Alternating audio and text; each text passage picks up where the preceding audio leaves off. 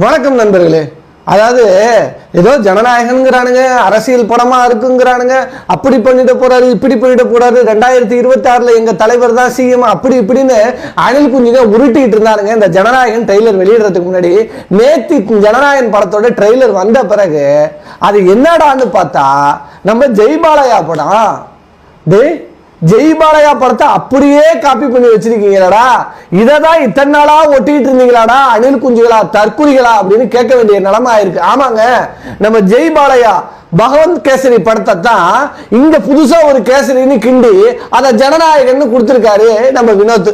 பாவண்டா அந்த வினோத் தற்குறிகளோட சேர்ந்து நல்ல நல்ல படங்களை எல்லாம் எடுத்த ஆளு.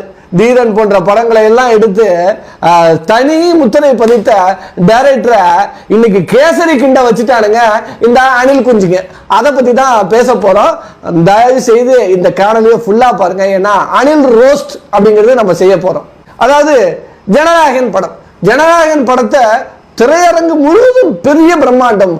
பராசக்தி படத்தை கொண்டு வந்து வேண்டுமென்றே ஒரே நாளில பராசக்தி படத்தை ரிலீஸ் பண்ணி எங்க தலைவரோட படத்தை நீங்க வசூல் வேட்டை ஆட விடாம தடுக்கிறீங்க.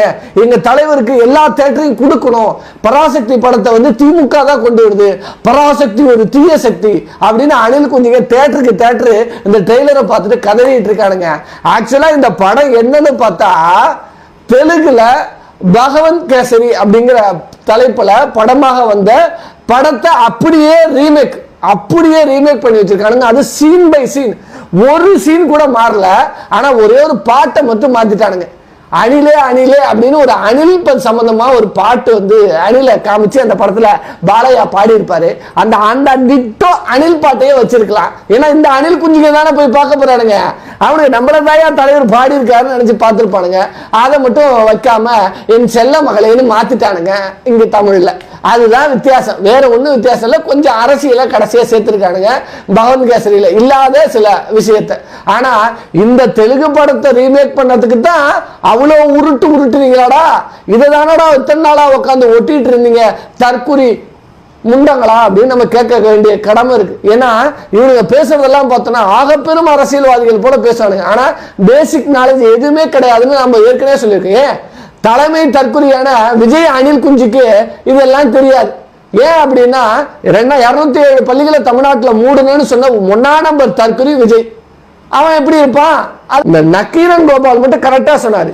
இவனுங்க கரூர்ல பண்ணது திட்டமிட்ட படப்பிடிப்பு பண்ணியிருக்கானுங்க. அதுலதான் இந்த 41 உயிர்கள் போயிருக்கு.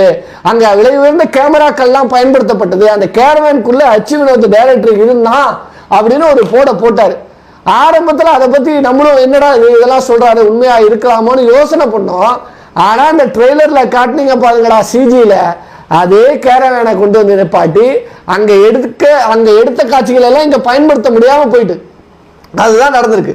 அதாவது கரூர் இன்சிடென்ட்ல இவனுங்க 60 ட்ரோன் கேமராக்களை வைத்து எடுத்தது, அந்த வேன்ல கேமரா வச்சு எடுத்தது, இதை எல்லாம் பயன்படுத்த முடியாம போயிடுச்சு. ஏன்னா அங்க 41 உயிர்கள் பலியாயிடுச்சு. யாரால?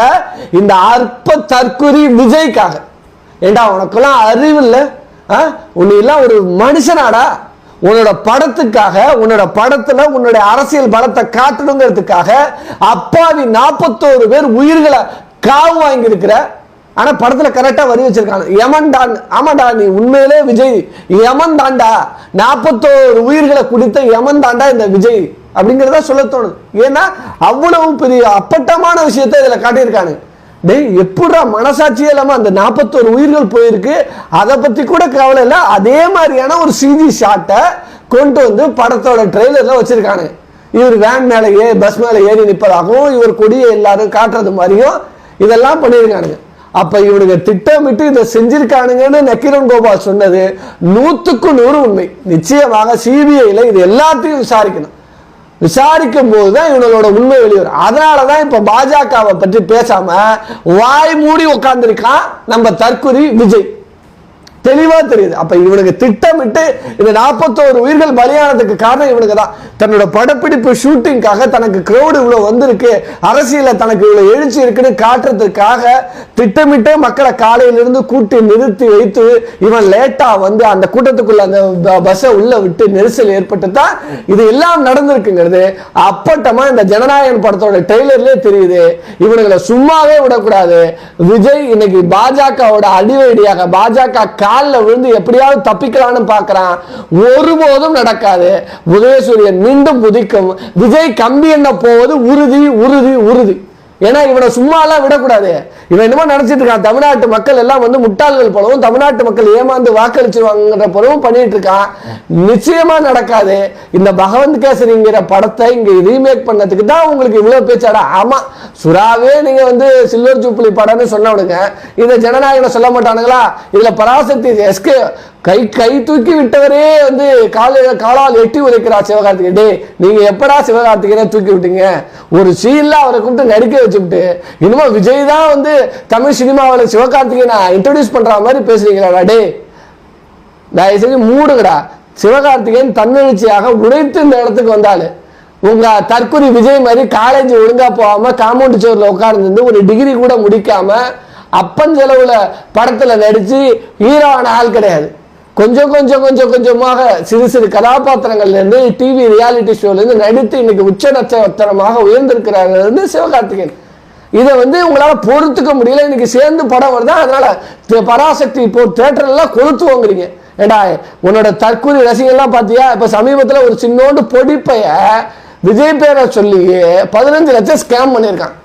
ஃபேமிலிஸ்ன்னு. ஆனா ஒண்ணு மட்டும் தெரியுடா, விஜய் ரசிகன் எவனோ அவெல்லாம் முட்டா பையா, அவெல்லாம் தற்கொலை, அவெல்லாம் ஃப்ராடுகார பையன்னு தெளிவா தெரியுறான்.